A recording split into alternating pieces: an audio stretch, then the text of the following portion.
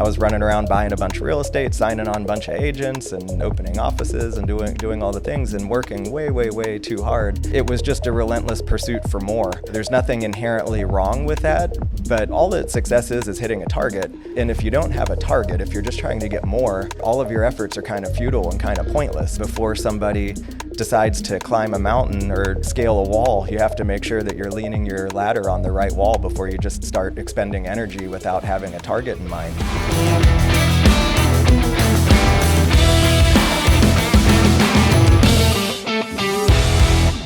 Hey everybody, welcome to the Suited for Greatness podcast, our brand new podcast that we decided to start and really get into depth about business owners and the lifestyles that they have.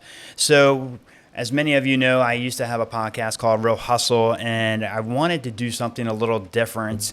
So this time around, what we're doing is we're actually going to look at more of a different type of lifestyle for entrepreneurs and really get a little bit more in depth with them about what they do for the community and what they do for their employees.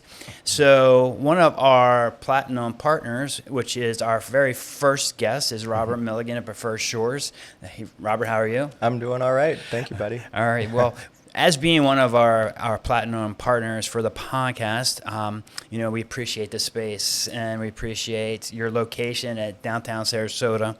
So thank you again for being part of that. My pleasure. So let's just start digging in a little bit here. I mean, so you own Preferred Shores. How long have you owned it for? Yeah, so Preferred Shore was a brand that we created 10 years ago in July.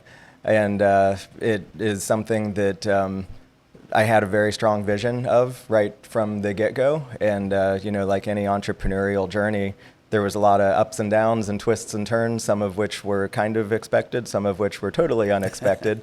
And, I originally had an idea that was similar to this iteration more than 20 years ago and first became a broker at that time. I think I was 23 years old whenever I had about 300 agents, even Wow. way back in the day. Yeah. At 23, you had 300 agents? Yeah, 23 or 24, right in that That's so young. Yeah, it was definitely aggressive, but I never really intended for that to be the case. But I saw a business model and a way to add value to the realtor community that made a lot of sense, and it looked great on paper. It was much more difficult in real life than it was on paper when I put everything to a spreadsheet. And so that's the thing that I would encourage anybody is that, if you knew then what you now know as you progress on these journeys. I mean, in some cases, you may have never started. I think if I knew all of the adversities I'd be running into along the way, I may not have ever started either, but that's not to say that it hasn't been worth it, and then it's not been very fulfilling. But yeah, so we've started this particular brand 10 years ago, which took a lot of twists and turns to get here, but here we are, and life is good. That's pretty awesome. So, one of the things I always like to find out, because, there's weird things like, how did you come up with the name Preferred Shores? Did it just pop in your head one day, or? Yeah, there was a lot of trial and error with that, and it is kind of like a lattice work of strategy where you're like, I need to find a snazzy brand that I like, but like, is the domain going to be available too? And so part of it is deconstructing it backwards, where you're sitting there at GoDaddy or whatever domain registrar that you use, and you're like, what about this? What about that? And so, I liked the way that the shore word kind of embodied the lifestyle here. And my belief is that most of our customers, where our focus has primarily been the Gulf Coast of Florida, it looks like we're expanding beyond that now, and our sites are a little bit larger. But, especially at that time starting the brand, I felt that shore embodied nicely the desirability of this lifestyle. Even if you're not living directly on the water, I feel like people that even move to Lakewood Ranch or some of the inland communities, they're still moving to this region because they want to have some sort of access to the beach, or keep a boat at a marina or something like that. Yeah, so I think that it kind of speaks to our tribe, and it kind of attracts the people that we're supposed to be attracted to, and vice versa. And then I'm also kind of a bit fussy with, or meticulous maybe is a better word, with the way that things look.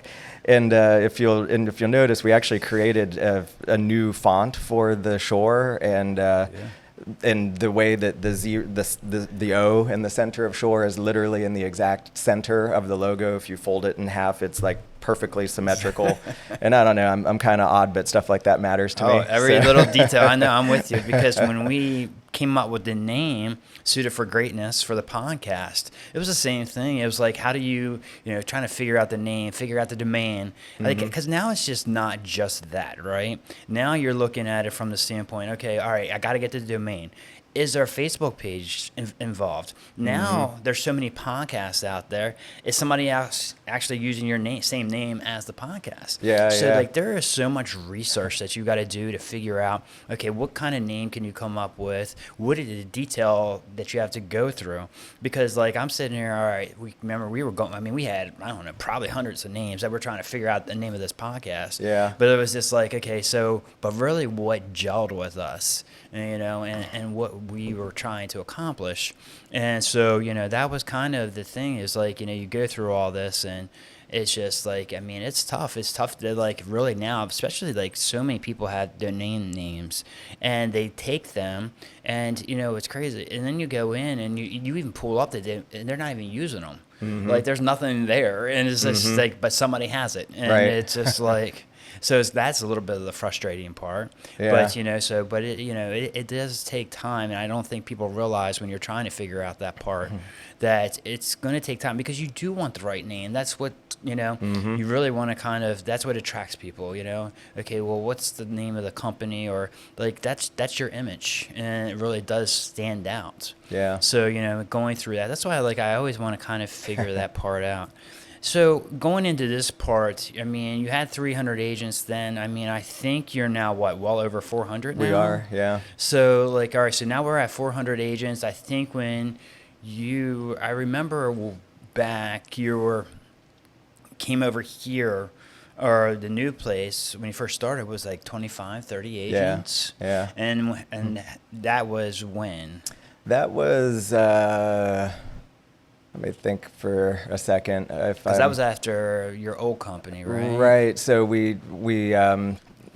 my first brokerage merged with a national company, Allison James Estates and Homes, and that was pretty well a result of the market crash. It was a good escape route for me as a young entrepreneur. We suffered quite a lot in that last recession in 2008-9.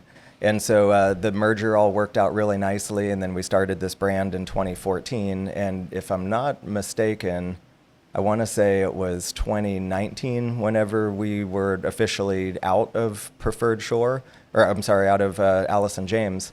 And I had a non-compete at that time, and it was a very amicable parting where I felt fortunate to even be able to source the broker that was going to replace me for that organization. And so it was a very amicable parting. The timing of everything worked out nicely.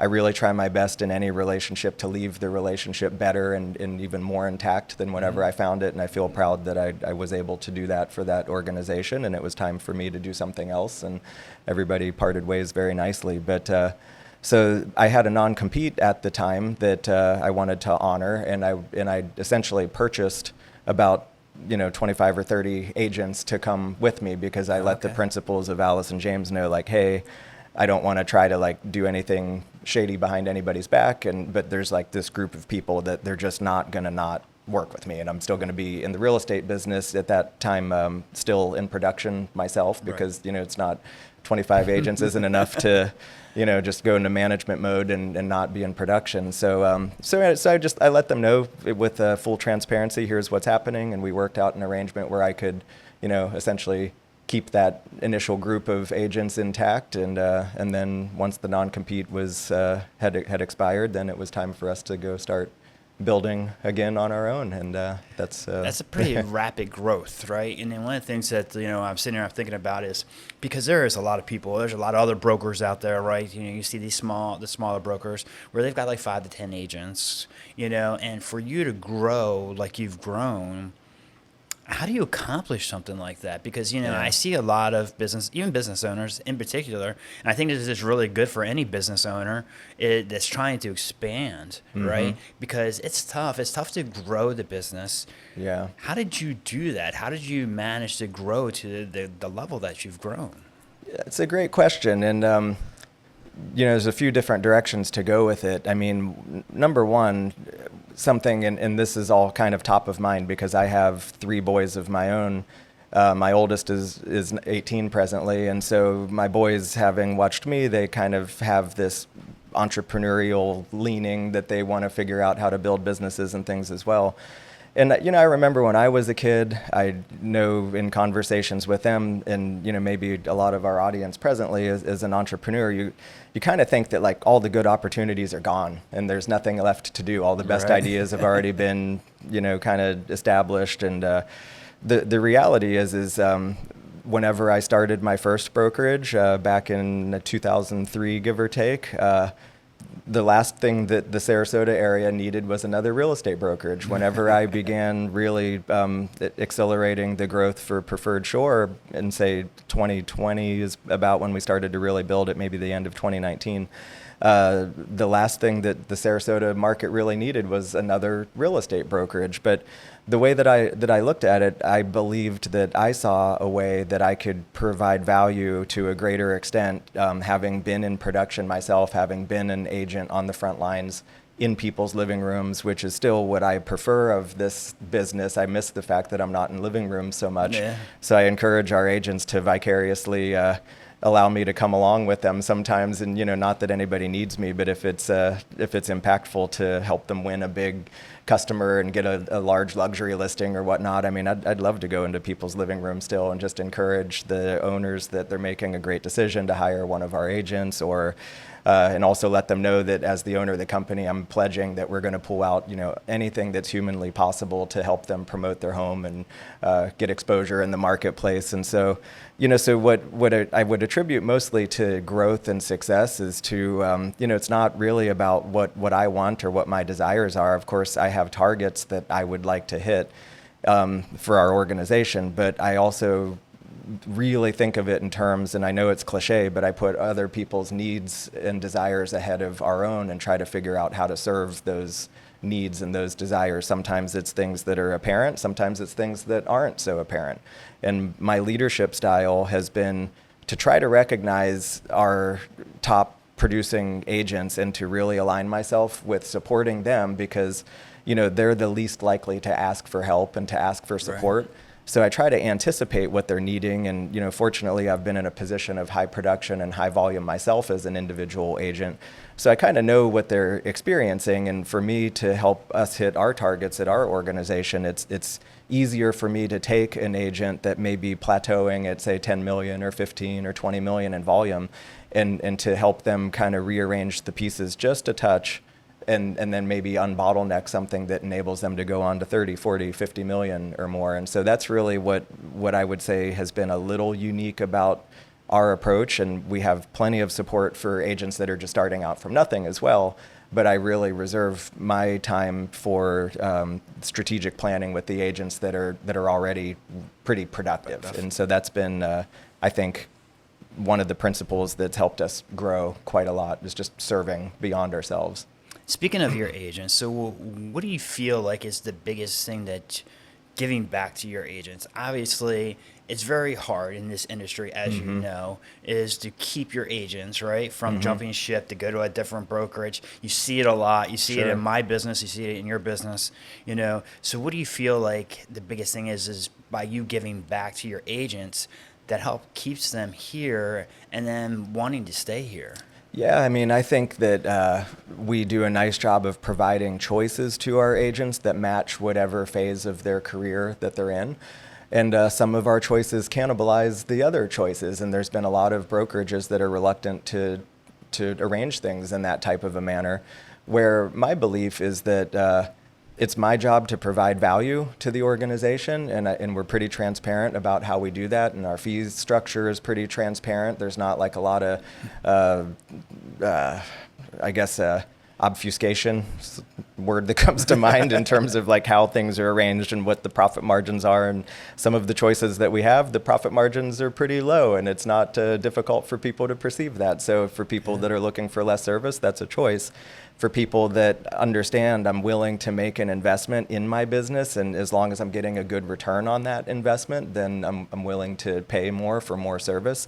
We have that choice as well. And So, I think that I've never been particularly concerned about retention. I've been more focused on value that we provide. Of course, retention is important, and I do want to retain everybody to the best extent that I can. But I think if I keep the main focus being providing value to agents to address the needs that they have in the marketplace right now, and to provide pathways for them to have camaraderie and culture within the company, provide pathways for them to get the marketing and the different resources that they may be needing. And then also for some, provide pathways that they can get most of their own revenue, and then they make those decisions on their own behalf. There's choices for all of that, and it's evidently become a really tough act for other brokerages to follow, and the retention's been really good. Yeah, I mean, the thing is like, I mean, obviously you're doing something right? Because I mean, if you keep growing the size that you're doing, and plus you're keeping the people that are here, and that's the biggest thing. And I think that's key. I mean, you got to make sure, and I do believe, by like you were saying, is that you really put a lot of attention to your top producers because they are part of what everybody's trying to achieve, right? Right. So even the people that might not be doing as much, they see what your top producers are doing. They see what you're giving back to them, and I think that might drive them a little bit as well. Mm-hmm. So one of the things that we, like I said, we want to kind of switch up from what we were doing before. So you're also a dad, yeah, and a husband, right? And you're running a very successful business. What are we, 4 or 5 locations now? Yeah. So I know you just opened up another one up in Tallahassee, right? Mm-hmm. So we got Tallahassee, we've got Tampa, St. Pete, here, and Lakewood Ranch, right? Correct. Okay, yeah. So look at that. So so you got 5 locations. One of the biggest things that's really personal life, right? Let's talk a little bit about that, because it's tough. Yeah. You got over 400 agents, 5 different locations. You run your marketing team is, 4 or 5 now? Mm-hmm. So, obviously you're running that type of business, but you still got a family. Yeah. And they have needs as well, right? Your wife has, she wants to see you. Your kids have their needs, and unfortunately you just went through something with your own family.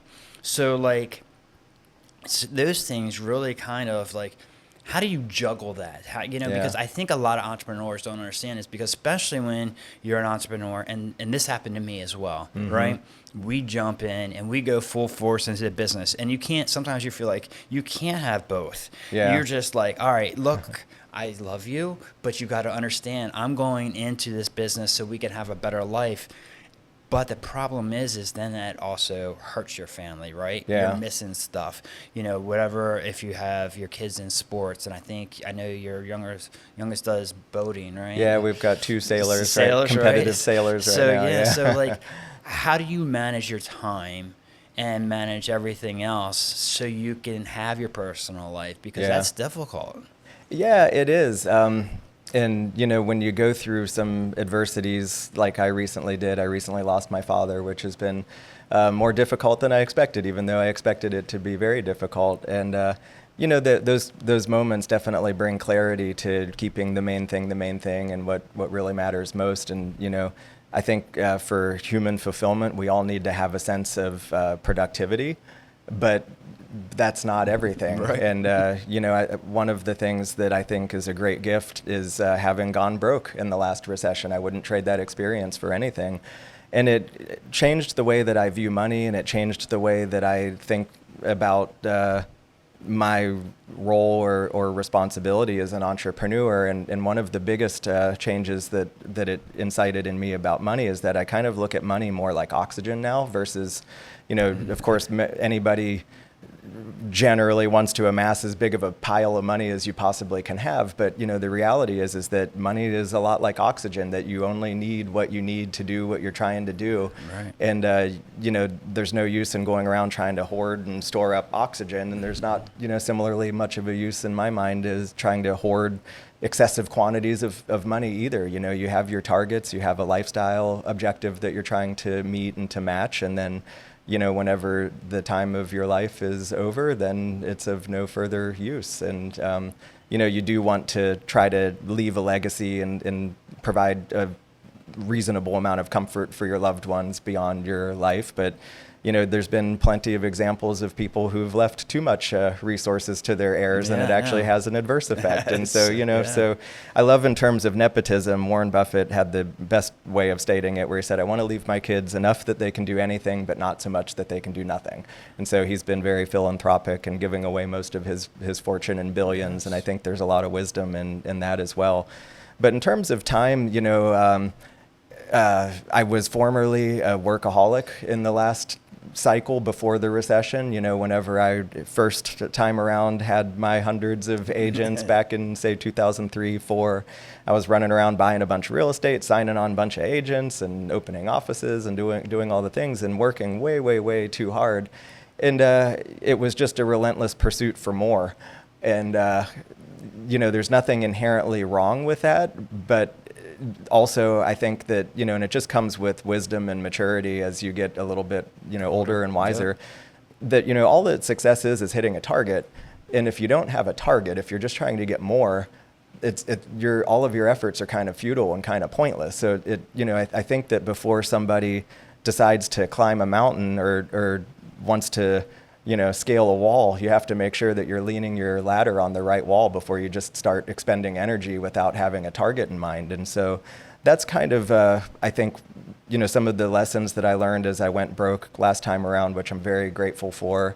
And then the other thing that really changed quite a lot was that I recognized that I did feel a sense of accomplishment with the productivity that I had, but I also did that at the expense of quite a lot of other things in my life, and I had less fun while I was a workaholic and all of those sorts of things. So what I decided, and then of course, what was an interesting coalescence of timing was that whenever my firstborn Preston was born was right about the same time that the market was crashing and everything was going, and I'm sitting here putting this newborn baby in the car wondering, how am I going to pay for this child? How am I going to pay for this brand new car I just got? How am I going to do anything? And so it was an interesting time of life, and I had a decision to make that I could sit around in sweatpants and lick my wounds for the rest of my life, or I could get back to work and start putting things back together. And the one thing that I also feel grateful for was that I didn't feel like there was anything inherently wrong with me personally. It was more of a systemic problem where, like all of my peers, everybody in this area affiliated with real estate in Southwest Florida just got absolutely crushed at that time. Right. So I didn't feel like it was anything personally wrong with me. It was just a systemic situation. And so, evidently I decided that it was too soon to check out of the game, and I was going to get back to work and start building my business again. But what I decided to do was be much more strategic about my time. And what I realized is that I had the capacity and ability to go do and accomplish anything that I wanted to do. And I got really deep. I mean, I was always big into mindset and really being careful about my beliefs even before I went broke. But during that time and afterwards, a bad day for the ego, and that was like a bad year for the ego, is a good Right. day for the soul. So I did a lot of soul searching, and that's when I really went to work on my belief systems, my mindset, and I created a new, better belief that I could do anything I wanted to accomplish, but I could do it within a 9-to-5 time frame and not working on the weekends, that I could be with my family. I could be present. I could be calm and reasonable and not be stressed out all the time. And I could still accomplish my goals and possibly accomplish beyond my goals. And so, to anybody who might be feeling stressed out or burnt out, believe me, I've been there, and it is easy to get into that place. But it's imperative that you calm the waters, the troubled waters in your mind, and you take a step back. And, much like you can look through the surface of a very calm pond clearly, and you can clearly see the bottom, if you can carve out that time to just meditate or do whatever it takes to still the waters, the troubled waters in your mind, and then gain some clarity, and then come up with a plan. Because, now, as you mentioned, I have an absolutely fabulous corporate team. We are accomplishing unbelievably more than I could have ever accomplished on an individual basis. But it took a mindset change where I had to condition myself and create a new belief that there's an abundance of resources in the universe that's available to me, and there's people that want to serve on this similar mission, and there's people that I can trust and align with, and that we can accomplish things that are very fulfilling to everybody. And I can do that within a normal 9-to-5 time frame and have a normal quality of life. And so, we all have different wirings that we're conditioned with, but that was a big breakthrough for me to really ingrain that in myself, that this is a firm belief that I don't have to suffer. I don't have to be a workaholic. I don't have to work 7 days a week. Yeah, you don't gotta, because with you, it's just like you're saying is, because I did the same thing. And so I was working 7 days a week. I was the guy that was, and I still do get up early, but that's just more of my preference. I'll leave that to you, buddy. So, I like to sleep in the morning. But the thing is it's my enjoyable time though in the morning. I like to get up when nobody else is up and it's quiet, it's peaceful. I like to walk my dogs when, because nobody else is out. Go to the gym, and when the gym is not, that it's not as busy. So that's the thing that I enjoy. So that's why I like doing it. But the thing is one of the things I realized, just like you, is that also life is short. After what I've gone through the last year, getting sick the way I got sick, and then really coming out of that, I definitely realized there's more to life, than just work. Obviously, I need to work. I've got bills to pay like everybody else. I've got stuff that I want to do. I have, I want to travel and all that. And that obviously that takes money. But in a lot of ways, like you, I said, you know what? I got to start working smarter, not harder. Mm-hmm. And so how do I do that? Is it time blocking? Is it kind of making sure that I'm doing what I need to do, and just be smarter about what I'm doing? Yeah. Because I think with me, and this is kind of what happened to me, is I worked and I worked and I worked, and then I burnt myself out. Yeah. And, and I just got to the point where I just didn't have that same type of drive. Mm-hmm. And, and then I felt also like I was missing out on life. Right. And so I think what a lot of people need to realize is yeah, great, you are an entrepreneur, and or you're a business owner, or even just a successful whatever you are. But at the same time, you also got to realize sometimes you've got to slow down, mm-hmm. and you've got to realize there's other people involved, your family, because do you want to be known as the dad that was never around? Do you want to be known as, the husband that all he did was work, mm-hmm. or do you want to be there for your family? So do you take that time to stop and say, you know what, when, we see it so much now, we go out, how many times you go out to dinner now and couples are on their phones, right. and they don't pay attention to each other, yeah. or they're working, or they take a call, for a business call while they're out, and you only get so much time with the person that you're with or whoever you're with, right? And now you're taking that time away from them because now you're on your phone, and it's just so I made it very, so when I go out now, I put my phone away. It doesn't come out, and if you call me, I'm not answering it. Yeah. I'm not texting you back. I'll look at it after I'm done, but those 2 hours or whatever that I'm sitting there for, mm-hmm. That's more important, right? Those things can wait, mm-hmm. So that's the thing is I used to be well, I got to get this call, I got to take it, and everything like that. And so, but then you start realizing I'm enjoying my dinner now. I'm enjoying mm-hmm. the small things. Mm-hmm. And so you got to take that time, because if you don't, you just keep going, and eventually you will burn out, and eventually you will. And like you said, I think it comes more with time, and it comes more with maturity as far as being older. And I hate to say that, because the thing is it took me a long time to figure it out. Yeah. But that's part of the reason of having a podcast like this, is because, I want people to realize the lifestyle that you have it's not just all about work. Right. There's other people that are involved that are affected by what you do. Great. The money's wonderful, right? Yes, you could do a lot more than most, or because of what you put into it. But at the end of the day, you want your kids to remember, hey, dad was there for me. Sure. Hey, dad, or your, your wife was like, this is the things that I remember. One of the biggest things that like I look at is like, material things. I don't remember all the cars that I've owned. I mean, I know the houses and that kind of stuff. But and whatever you've bought, or the watch, or the shoes, or whatever those things are, what do you remember most? It's usually the memories, right? 100%. And so like that's where it leads to. And so like for me, and going forward in my career and what I'm doing, I want to focus more on that. On building the memories. When I look back at my life, back in January when I got really sick and I looked at it and I almost died. I mean, because I almost died twice. And so I look at it and I was like, and I looked back at my life and I was like, it's the memories. Yeah. It's not the material things. Did you do everything that you wanted to do? Did you get to spend the time with your family and really do those things? So I think that's hugely important that people realize, like, hey, slow down I'm not saying, like, you got to totally stop. But when you are with your family, be them. Be there.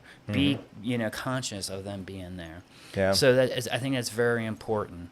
And so with that going said, I mean, obviously your business is doing well, even in a market that we've been struggling with for the last year. It's probably been like one of the craziest. So I wasn't really part of 2008. When I got into the mortgage lending world, I started in 2010. Yeah. And so I kind of saw like the end of it. Now I was still in banking and that kind of thing, but it wasn't as big in that part as you were part of. This last year and a half has been some of the craziest stuff that I have seen. Sure. And so like, and the thing is, like, as far as me on the lending world, our area, as far as when it comes to lending, I mean, we're at 50-60% cash, because there's a lot of retired people here. There's a lot of people that sold their homes somewhere else, then moved here. So like, but not only that, even that, the real estate market has slowed down. But, one of the things that, I've noticed with Preferred Shores is you guys are constantly still going. You guys are constantly still growing. You're still doing the things that you need to be doing. And, you're still attracting a lot of people that want to come here because of the image and what you guys bring to the table, because I talk to a lot of different agents and they really do watch, what real estate companies are doing. Well, what's out there, because that means a lot to them, especially in this marketplace, and so one of the things that I like watching is the growth that you guys have had. So tell me a little bit, how do you, like, so you just opened up a place in Tallahassee. We got the other, we got up in Lakewood Ranch pretty recently. Pretty recently. So when you're coming to those decisions, obviously, being in the market that we're in, how do you look at that and say, hey, is it to make the right choice with the right locations? So yeah. Well, I mean, again, it comes down to belief, and if I encourage anybody to do anything, I would encourage anybody to get very introspective and challenge their beliefs. And so one of the most impactful beliefs that I've really ingrained into myself is a statement that was borrowed from Warren Buffett's professor Benjamin Graham, his college professor, who would always say that the market's neither good nor bad. The market's good for some and bad for others. And it's our job to be positioned favorably, whatever the current market conditions are. And so that is something that I believe strongly, that, if there's a recession, I don't have to participate in it. I can create my own reality. And so that's what, to the best extent that we're able to do, how we view the growth of the company, and we see, evidence of it all around us, where we have plenty of agents who are not participating in a slow market. Right. They're not participating in a recession. Matter of fact, they're living the life of their dreams. They're, and I'm in that phase of life, I'm kind of past material things so much, but they're buying their dream cars, they're buying dream houses, they're taking dream vacations, they're doing these things. And so, for me, I get so much joy vicariously through watching our agents hit their targets and accomplish their goals. And so what I try to do is set everybody's mindset in a way that they understand that it's a decision. If because you can think yourself into a recession, even if the conditions are really good, you can be in a personal recession. Yep. And if things are really bad, that doesn't necessarily mean that you have to participate in it. You can be absolutely flourishing in a drought, in a famine, and there's plenty of examples of that as well. And so, I've got some conditioning and some seasoning through living this in 2008, 9, 10. And, again, those were some of the most formative, important years of my life. And I think that to be a good leader, you really do have to have gone through some adversity so that you know how to meet these conditions and you know how to adjust to them. But,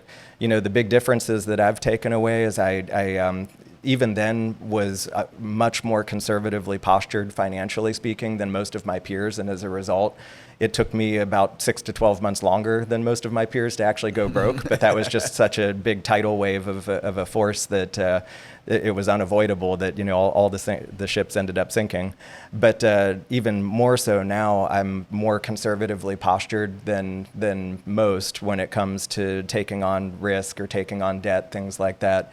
So I know how to be prepared and how to weather a storm, and I know how to be opportunistic in a storm. And I think that there's a great opportunity right now, as you've mentioned, to expand and to provide value to agents that is uncommon in the marketplace. There's not a lot of choices for agents that are seeking the sorts of things that we offer. And where this goes and where this leads, I couldn't exactly tell you right now. But one thing I do know is that I think about sensible growth in a way that does not diminish the experience to the agents, because I have seen companies grow too fast. Mm-hmm. We don't want to be guilty of that. We don't want the experience and the service that the agents are receiving to ever be diminished. But we do want to kind of on an organic type of a basis grow in sensible directions when we have good leaders and good opportunities to do so. So, even now I'm trying to do a little bit more of that visioning work, because we have, as you mentioned, been growing quite a lot. And I've been moving at a bit more of a brisk pace than I am comfortable with to keep going indefinitely. But so I am at a crossroads right now where I'm doing some of this visioning work to really step back and articulate my own thoughts about what the future looks. And that process for us is not me being a benevolent dictator to say like, all right, guys, here's what I want to do. It's a collective experience between the whole corporate team, and we talk about what we want for the future. And I want to make sure that everybody's enrolled in what that future looks like. And I want to be able to paint that picture of it, that it's so vivid and so real, everybody can like see it as if it already exists. And it's just a matter of making the incremental steps to actually realize that dream and realize that future. But so when we talk about these things, we do talk about it as a group, and we decide what we all collectively want our future to look like. And then there's 100% buy-in and unity as we move forward towards those goals. Because one of the things that I've noticed is I'm pretty sure, the longevity of, your corporate team. I mean, I'm pretty zero turnover. I mean, yeah, I mean, that's the thing that's kind of crazy to think about is since I've known you, it's pretty much been everybody. I don't think anybody's left, and everybody you've hired. So, it's like, and that's crazy in the type of world that we're in, especially with, so many companies that do have a lot of turnover, and in the real estate world, there's a lot of turnover. So like for you to keep the people and your core values and everything else that you guys have here, that's pretty unprecedented, because the thing is like that doesn't happen. Yeah. And I really do think it, when, you're looking at a company, and one of the things that I think a lot of business owners need to look at is, do you have the right people in your corner? Because as you know, you're only as good as the people behind you. Like we could do everything we want, and we know what we want and how we want to run it. But the thing is like there's a lot of stuff that goes in the back end of things that we don't see, right? You have people that do handle like a lot of your back office stuff, or I have people that handle like a lot of the paperwork or my back office stuff. And the thing is like, because we can't do it all, right? So you have to have the right people in place, because that's going to either make you or break you, and Totally. The thing is like, because when you do have that person who really helps you grow your business, or the people that are behind you, because if you don't have everybody's buy-in, it's not going to work, So, and one disruptor could ruin that whole business for you and ruin Yes. your business model. Right. And so what do you think is really helping you keep that glue together of that camaraderie of your team? Yeah, well, I appreciate you recognizing that and saying that, and I agree. We have a phenomenal team that has, just been curated, not so much by myself, but collectively. I don't know, just an amazing number of factors have come together to draw and attract the right people.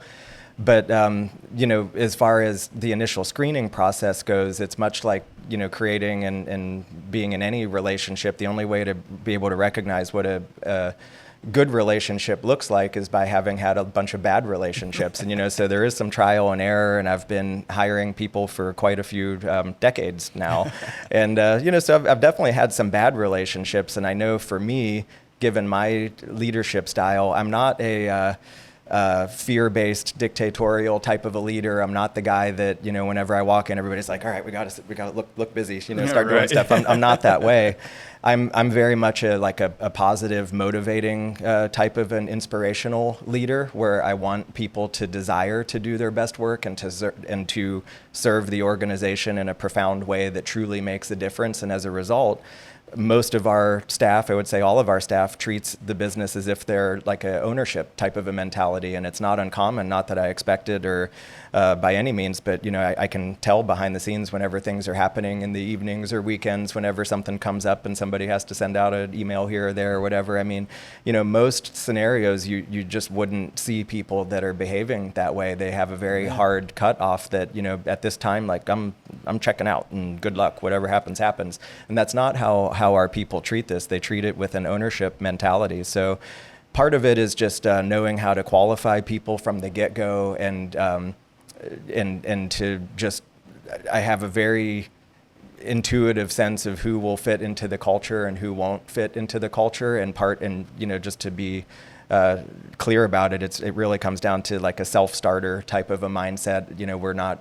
Nobody here is good at like managing others to make sure that they're pulling their fair share of the load or anything like that. So that's part of it. And then of course, in terms of morale, longevity, as you've mentioned, I mean, I think everybody's been here for quite a while. I mean, what's your probably 3-4 years? I mean, at least now. If not in some cases quite a bit longer. Some people have transcended even different brokerage brands and things with me. And so from a morale and retention standpoint, of course, everybody needs to be financially rewarded for their efforts. And so I do my best to be as generous as I possibly can be. And sometimes that could be challenged from a managerial standpoint. But what I would suggest is that for anybody, no matter what part of your entrepreneurial journey that you're on,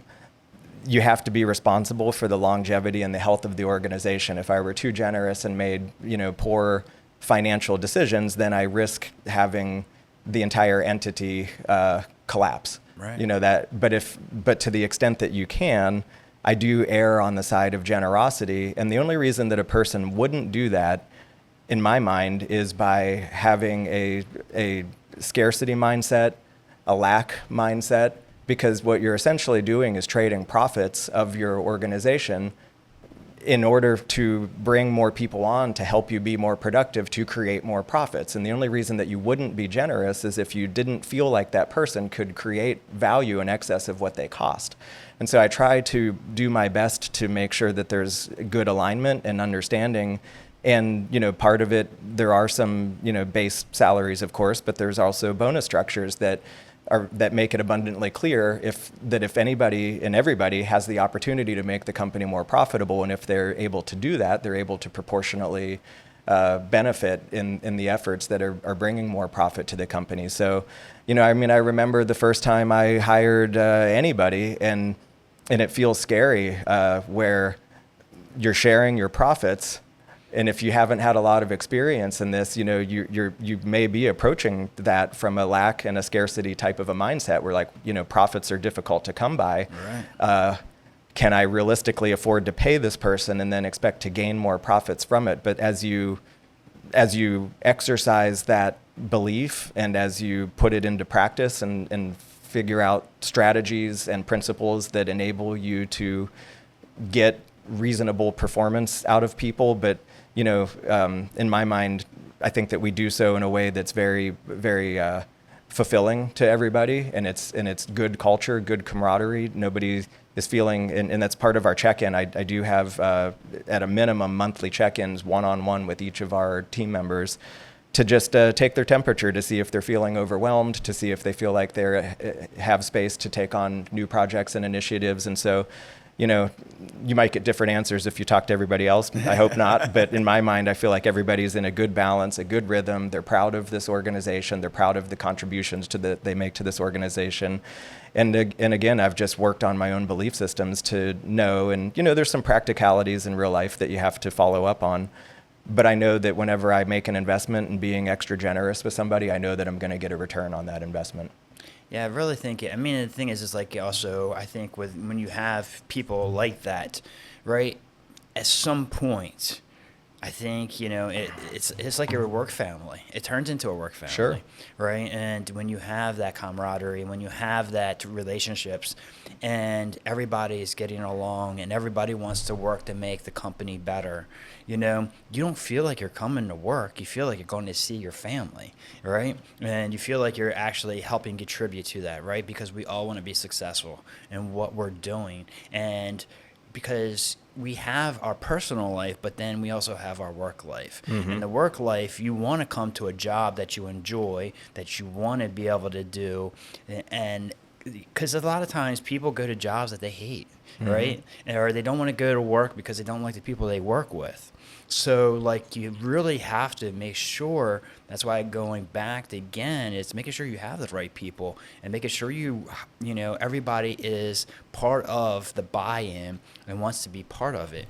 Because I've seen it so many times where people will just hire somebody just to get a body, mm-hmm. and it just kills it. It kills the mood. It kills the whole relationship. Even if you try to get around it, right? It just fill a hole, and it's just not good. Yeah, it's very disruptive. And it can change, the whole dynamic of the team. Yeah.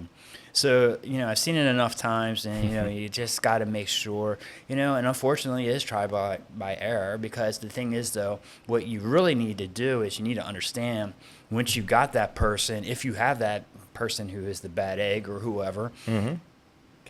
How long does it take you to fix it? Yeah. And, and make sure that you get either more of their buy-in, you change it, or unfortunately you move them out. Right. And, fortunately we've gotten better at the pre-screening process, so we don't have those uncomfortable situations often. But my suggestion to anybody, if somebody's not a cultural fit, to hire slow and fire fast. If you ended up making a bad decision and it's just not a match, just correct. You'll lose so much money and momentum by delaying the inevitable and not just letting them know that they need to seek some employment elsewhere, Because you don't want that. Because the thing is the thing is what can happen is let's say for you, for instance, all of a sudden you have somebody who's not in that, and you have 400 some agents that are here. They'll feel that. They'll feel mm-hmm. that in the business. Yeah. And they'll feel like the team's not together. They're not gel. And right. people aren't talking to each other. The communication's not there. And then they start getting frustrated. And then what mm-hmm. happens to them? Then they start looking, or they want to move, or they're not happy. Right. It just flows all downhill at that point. Mm-hmm. And it's just crazy because it could be one person that could change everything. Yeah. And right. it's so you just kind of feel. But and hopefully most people will realize this is happening. I mean, if you're really into your business and you're trying to grow your business, you'll see it. I mean, hopefully you'll see it sooner than later. Yeah. But it is one of those things that you definitely want to make sure that you're working on. Mm-hmm. One of the biggest things, we've been going through quite a bit here lately in Florida. We've had 2 hurricanes come through, and some things that have been going on, and I always look at one of the things is as a business owner is what are we doing to give back to the community, mm-hmm. The community that gives us so much. I really do think it's a big deal for business owners and people that are involved into anything that we do, if this is a community you serve, to give back in somehow. Sure. So what are some of the things that you guys do to help give back? Yeah, I, think it's a very important component for any individual and business to just have some familiarity with the needs of the community and to be involved. And we're getting to a point now where we have enough resources that we can participate in some of these things. And it's always a bit of a tightrope because, there's always a need that's much greater than the capacity that any individual or organization can serve. But we do want to participate to the best extent that we can. And as a company, we have a lot of agents that are involved on their own individual basis and accounts on some of the organizations that they're passionate about, and we do our very best to help shine a spotlight. We've even created a forum and a pathway for agents to submit as they go out and they volunteer or they make donations or whatever they're involved in, that they can easily submit that to our marketing team so that we can help shine a spotlight on the organizations and the initiatives that they're passionate about. And then on a company basis, we have chosen so far, and this is always a moving target, but we've gotten involved in supporting the Ringling College Library Association, which for those that know me, I'm a pretty prolific reader. I love to learn. I love to read.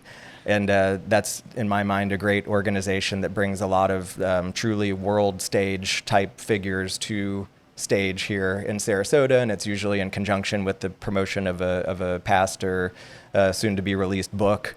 And so that's something that I think is a great treasure in Sarasota that brings a lot of interesting people and creates some interesting opportunities. Sometimes we get to meet some of these notable speakers and get to bring different agents along and try to treat different ones in the organization who deserve it, who's going through something good in their business. And then secondarily, we have gotten involved recently. In February, we started supporting the Boys and Girls Club in that their main parent campus is on Fruitville Road. And what I love about Boys and Girls Club, I think it's a great match for our organization. One is that aside from the infrastructure needs that the community has, because there are some kids, unfortunately, that are living in households below the poverty line. So for some of these children, they need a place to go while their parent or parents are working. They may need a meal even for dinner, otherwise they would not have one. And right. But so they're amazing to provide that kind of infrastructural support. But what I also really appreciate is that it's not just for the low income needs of the community. It's also a very academic and very entrepreneurially focused program where they really have some incredible mentorship opportunities and even create national competitions within the Boys and Girls Club network for teenagers to get involved in creating businesses, to get involved in creating products, services, and have just an incredible pathway for teaching entrepreneurial endeavors with the younger generation. And that's one of my beliefs is that, of course, the way that people used to work and retire in the United States has changed. It's much different than it was back in the 50s, 60s, where you work at the same place for decades and right. get a nice pension and live happily ever after. And so I think more so now than ever, people need to have a bit of an entrepreneurial background to know how to create value for the marketplace and get rewarded for that. So that's something that I feel is in great alignment with our company. And we haven't had a chance to participate in it quite yet, but aside from supporting Boys and Girls Club financially, we also have lots of opportunities to mobilize our now 400 agents for whosoever is interested and willing.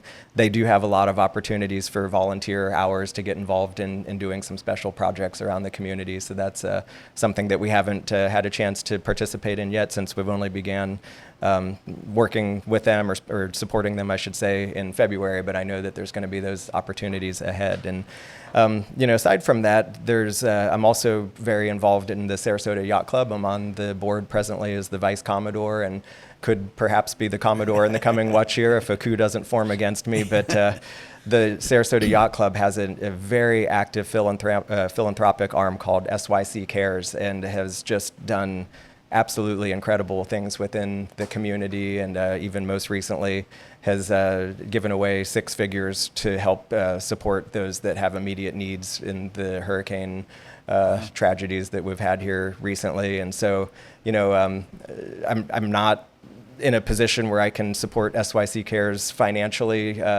to a giant extent, like some very affluent people can, but with the role of leadership that I have, I can certainly support it in promoting and encouraging the participation of whosoever is interested into that organization. And I think they do wonderful things as well. That's awesome. The thing is like our community is, what helps drives us, right? And I mean, they're the ones that we're seeking business from. So like for us to be giving back, I think it's such a huge thing, and you have somebody actually on your team, one of your agents that's coming up, and I've been watching her, and I want to talk a little bit about Michelle Tanner for a second. Sure. And talk about her turkey.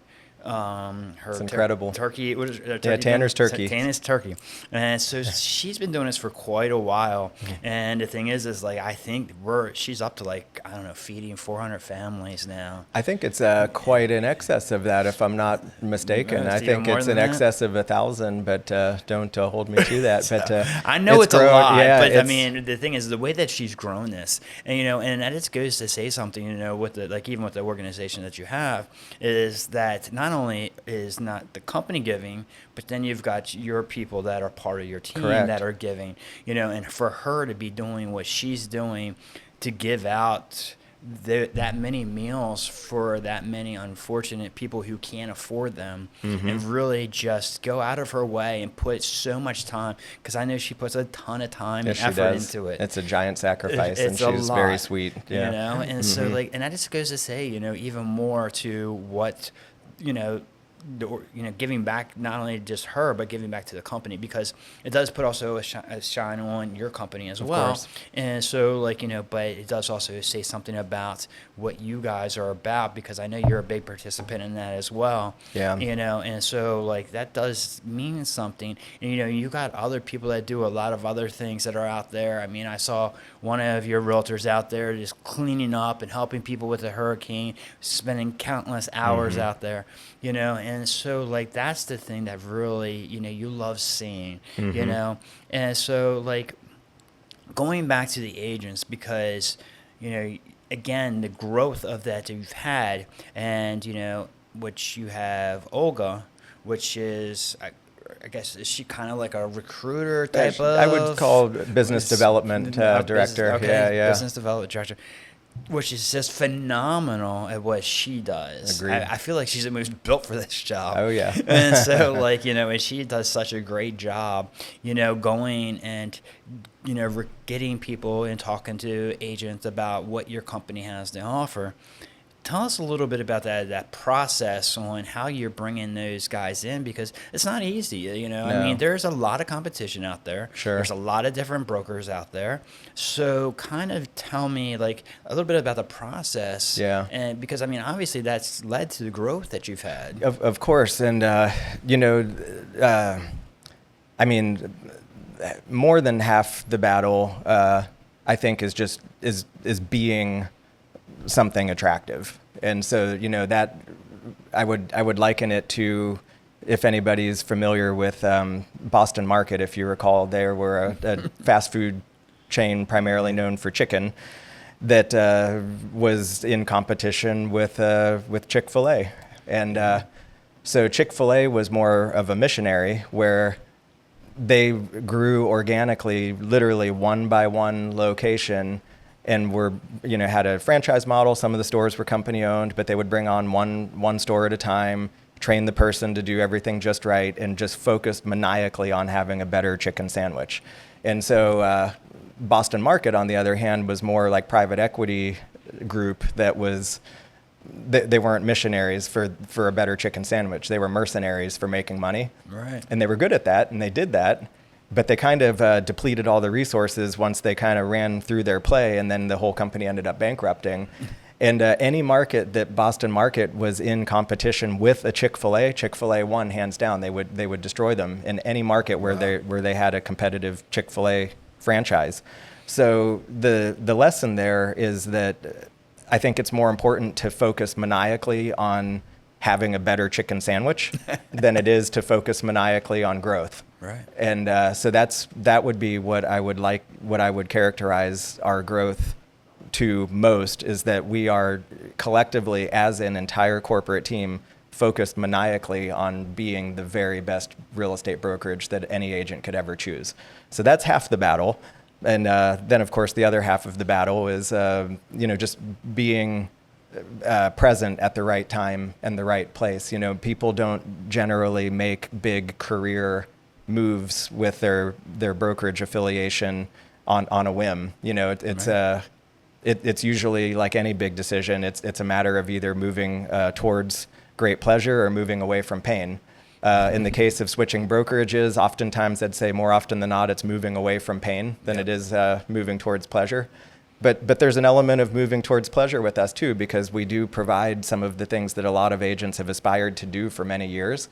And it's just very difficult to pull all the resources together and to do it right. And so we enable agents to hit the easy button and accomplish those things that are very pleasurable. But oftentimes it's a matter of, my company mistreated me in XYZ way and I can't take it anymore, or they took to an unfair, disproportionate amount of money from my last closing, and I can't take it anymore. Usually there's some kind of an impetus that causes somebody to be like, all right, enough's enough. I got to make a change. And so the trick is just being present. Right. Yeah, because that's one of the things I think, what people are looking for. Now, one of the things that I've noticed with your company compared to a lot of other companies, and the thing is like, with my business, and I have the opportunity to talk to a lot of different agents, and I have an opportunity to talk to, what they're looking for or what they're getting from their current brokerage, whether it's here, whether it's somewhere else, and everybody has a certain thing that they're looking for, whether, some people, they want the big names. Some people like the bigger, real estate names because they think it's going to draw business to them, one of the things that I think that, just knowing you and knowing you for as many years as I've known you, is that you bring much more of a family, I think, feel to it.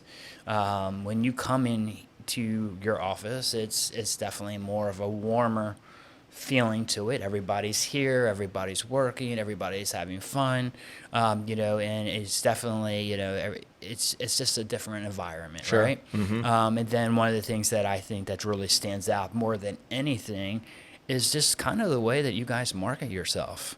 You market yourself in a very different, unique way that most companies don't. When people are out there, they're excited to post their videos that have preferred shores attached to it. You can see your agents doing that. They're happy when they they have the logo of the preferred shores. Just the type of marketing that's out there, whether it's for whatever it is, it's just a different vibe. And I think when you're looking at it and you're looking at where you're working, people that are looking are going, okay, well, I want that vibe. I want to feel that. I mean, I see these other agents and they have that energy, about them. I mean, and some, Rich is one of those guys that are out there, and he's always putting out that vibe, and with his videos. And so, like, you see that, and, and it's such a thing. And I think that's really kind of, I mean, your agents are very good also with recruiting and bringing in people because other people see that. Sure. Social media is a huge part of our business. And one of the things is like, I really, if I could say one thing, if you're not using social media for your business, you are losing so much business. Yes. I can't tell you how much business I've gotten from social media. People who just see me on there because of what I do. People will reach out to me who I've never even heard of. An agent will call me up. A broker will call me up. Say, hey, I see you on social media. You're always on there. You look like you're doing a great job. You got 10 minutes so we can come meet. People that will reach out to me just because of social media. If you're not using it to your benefit, you're losing. Yeah. I mean, and you may hate social media, and there's a lot of people that don't like social media. I'm not a huge fan of social media. There's times that it drives me crazy because of everything that's on social media, but it is part of our business. It's a powerful tool. And so if you do it incorrectly and you're not using it, and especially when you don't use it the proper way, it could also destroy you. And so you got to be careful on how you pick and choose your battles, but I do believe what you guys do with your marketing and the social media that you guys are putting out there, that's attracting a lot of your people. Yeah. That's attracting a lot of people that want to come be with you because they see that. Yeah. And I think that's really a big part of it, because when I look at other brokers and I look at your competition, you don't see that very much in the marketplace. No, not typically. I mean, everybody else is creating whatever digital media they have, if any, using third parties, and they're doing it in piecemeal little, bits here and there. We've devoted a huge chunk of our team and our effort to creating meticulous digital media that is uniform across all the platforms and channels. And for our agents' benefit, aside from the fact that everything looks great, which is very important, it's not important if nobody sees it, because we can have the greatest looking content, and if nobody's seeing it, then it's to no avail. So we've also established audiences that we're able to promote our content on behalf of our agents, so that they're guaranteed to get a good amount of viewership to the content that we create. And there's a lot of strategy that's gone into that over quite a few years. It takes time, and it really does. I mean, it takes time. You've got to build it, even with just, from my personal experience, it does take time, and it does take a lot of people to start trusting what they're seeing and understanding what they're seeing. Because the thing is you got to be, because you could also turn off people very quickly. Sure. And so you got to be careful of what you do post and what you don't post, and how you post it. And there's definitely strategies involved in that. Yeah. And so and one of the things that I started a long time ago, and I am an early riser, but I started putting a motivational post out every morning. And my strategic thought was that back then was hey, I'll put this post out every morning, because when people first open up Facebook, I can't tell you how many people, as soon as they get up, they check Facebook, right? Yep. I wanted them to see my post. Yeah. Because it was there. Yeah. Right? It was up before everybody else was up. But then the thing is, it started changing. And over the years, because I still do it to this day, and I've probably been doing it, I don't know, 5, 6, 7 years now. Yeah. And consistently. And so, the thing is I used to be oh, these people are probably tired of this. They're probably tired of seeing my clothes. They're probably tired of seeing this. But then it turned into something more than that. I actually have people now that tell me they look forward to my post. Yeah, they may never comment on it, Right. but when I see them in person, they'd be like, "Thank you." Yeah, and that's nice. That makes a difference. And so, even though they may never say or comment or anything like that, people are watching, and you do see that, and they say, "You know what? I enjoy it." So that's why I didn't stop it, because there's many times I was like, should I keep doing this? But, and then it became more than just, hey, I wanted people just to see my post. So there is strategic parts to that. Sure. And you got to be smart about it. And I really do think what you guys offer, the videos are phenomenal that you guys do, and that kind of thing. So, that's really, I think, a key aspect in what you do in your business.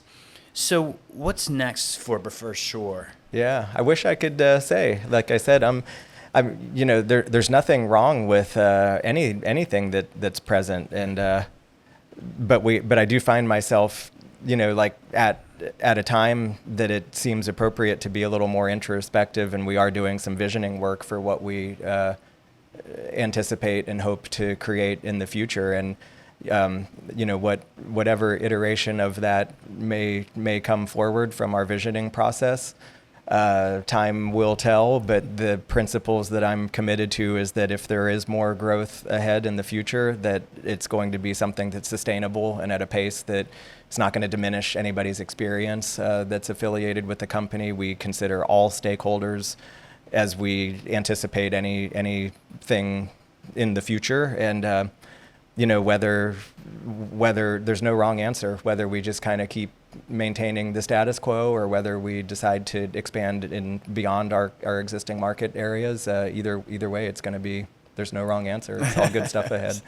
So, I mean, you guys obviously are doing a phenomenal job with what you're doing. I mean, I know you've got people in Orlando now. You've got people, up in Tallahassee and Tampa and St. Pete. I expect Orlando will probably be the next office to open. Yeah, we're so I know you've got some nice growth up there. So, with some of the people that you have. Yeah. So, and then, maybe we'll head down towards Naples or never know. It's interesting. I didn't expect that that there's like a huge gap in the market in Naples that a company like us could really fill, because there are some great quality choices down there for agents. But we've had quite a few agents reach out from the Naples area recently. And that's what I find most fascinating, is that people are approaching us and letting us know, like, hey, what you have doesn't exist here. Would like for that to not be the case. Have you considered opening in this market area? And we have had a few of those inquiries from Naples recently. And I find that interesting, because that was, to me, a market that I didn't feel like we could add very much to. But, it's a perfect example that, sometimes you shouldn't confine your own thoughts and beliefs. And evidently, I think there is some value we can add there. Do you think it's just like down there, like around, or even around here? I mean, obviously, there's, so much competition, and there's, what do you call it? Where it's just so much that it's over exaggerated, right? Is that the word I'm looking for? Just oversaturated with so much of that businesses down there. Because obviously, when you're in the real estate game, right, and you're looking, and I mean, obviously, luxury market is huge, right? Yeah. Especially when you're doing real estate. Naples is that very high net area, and so sometimes, I mean, I guess when you're looking at it, is it oversaturated with so much down there? Can you compete? And I guess that's kind of what we're talking about. Yes and no. It depends.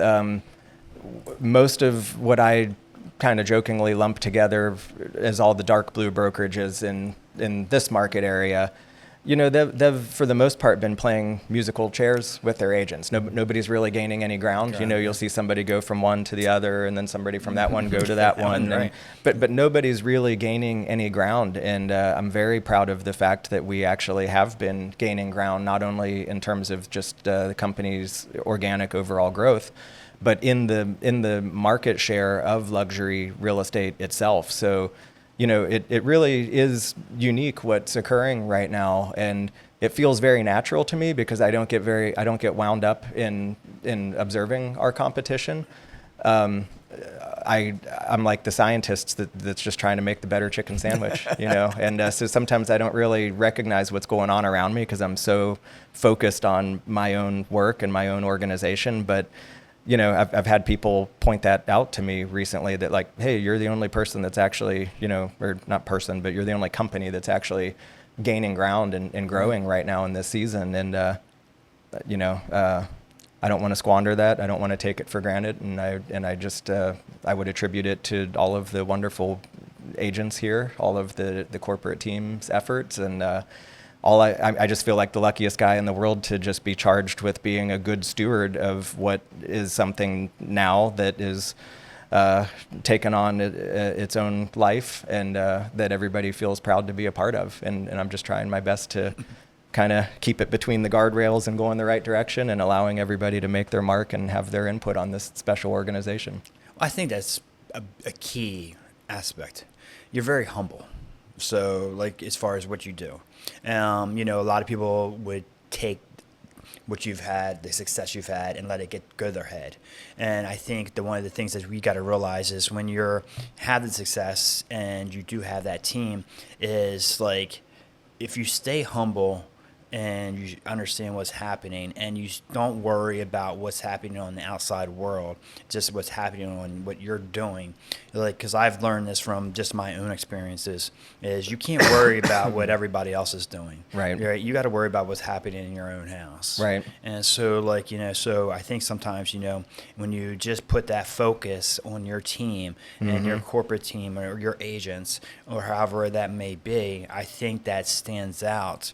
And you're humble and you're not, and you just, because there's so many people once they get to the Sure. growth that you've had and just all of a sudden, look at me, look at me, look Yeah. at me, right? We're doing Well. all this and, we've had this extension growth.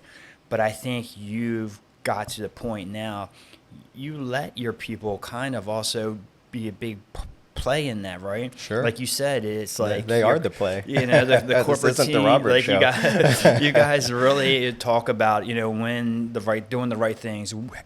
Making sure they can do what they can do, and they have a feedback, and it makes them feel like they're a part of this. I think instead of you, like you said, just being a dictator, do this, Yeah. right? It doesn't work anymore. No. You can't I be don't know that that kind it of ever boss, works. Yeah. anymore. Like Yeah. that might have worked back in the 50s and 60s, but that's not the way the world is nowadays. Right. You've got to have the buy-in, and you've got to have what they feel comfortable with, Yeah. and understanding what their strengths are and feeding to their strengths. Yeah. And a lot of times, a lot of people don't realize that, and they just kind of keep pushing. No, I need you to do this. Right. No, I need you. No, you have to do this. Well, in full disclosure, my leadership style to give our team a lot of autonomy to do their thing.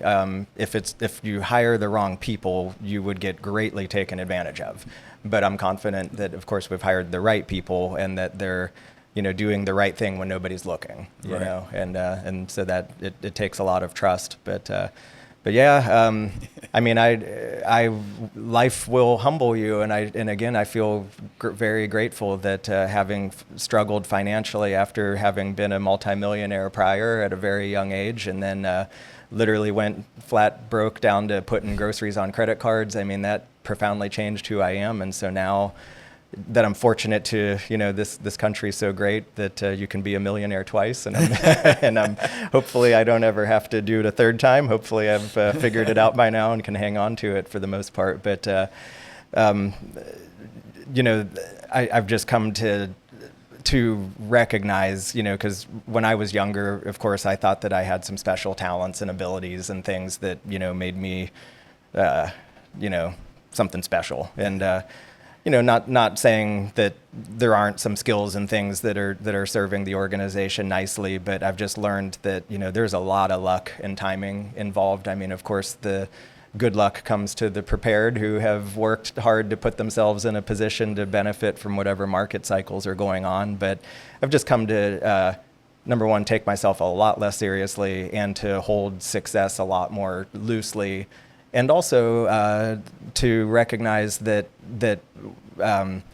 it's the progress that we're making collectively with so many wonderful people that I'm surrounded by is where the joy comes from. It's not in, the last thing that I'd ever want to do at this point in my life is to accumulate a bunch of fancy stuff. I was fortunate to experience that earlier on and to already get that out of my system and recognize that, adding that complexity didn't bring joy, and it also created a wedge between myself and others, that the more stuff that you accumulate that other people don't have, the less that you have in common with others, which leads to this sense of just being discontent and unfulfilled and not having any closeness of relationships. And so all my priorities and values changed at that time, and I'm really grateful for that. So this time around, fortunately, I just get to vicariously watch everybody else succeed and high five everybody. And as long as my targets are getting hit and my lifestyle, my standards are being met, I think is the best way of putting it, then I'm just a happy guy. I don't need to add much else. That's awesome.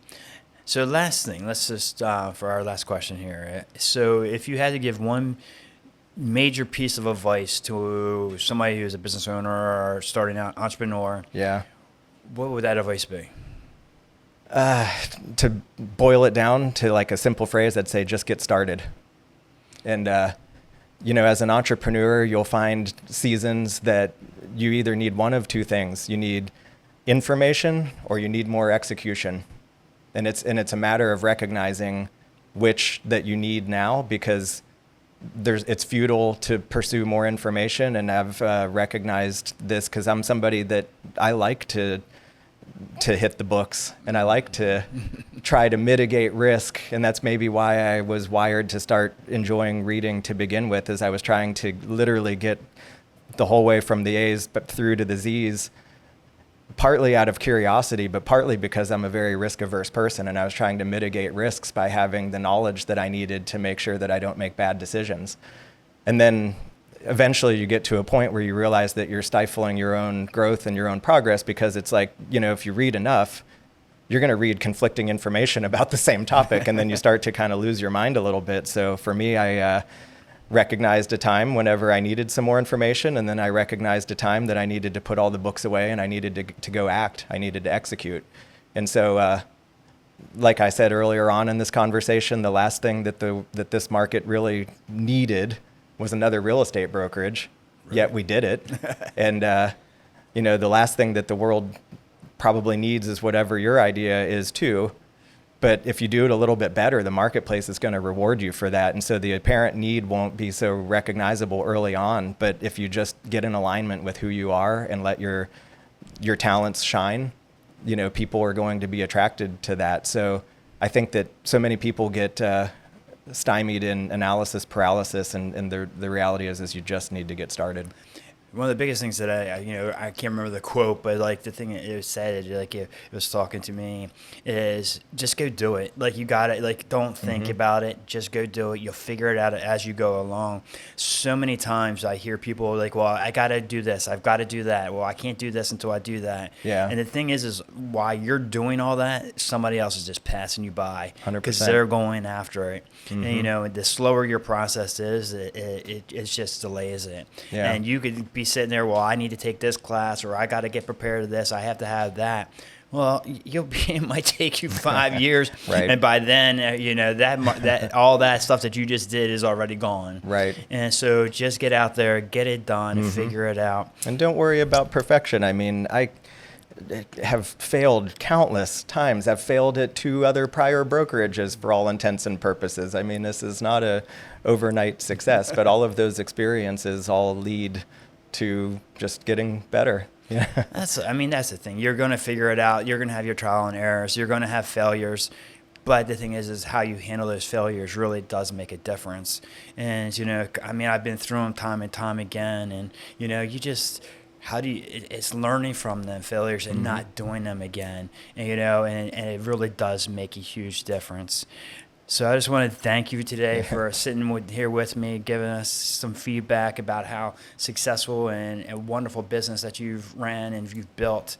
It's been a pleasure. Thank you, Chris. It's been a pleasure for me as well, and it's always fun to catch up with you. And I'm your biggest fan, to watch your progress and not only your business but your health and your inspirational story. I'm very proud of you, and you've come a long way as well. I do appreciate it. It's been fun to watch everything that we've done together. And so I do want to give a huge shout out, because one of our other platinum partners is Tweed's Custom Suits, Donald. I am wearing one of his suits. So this one here is one of the ones that we just created here not too long ago.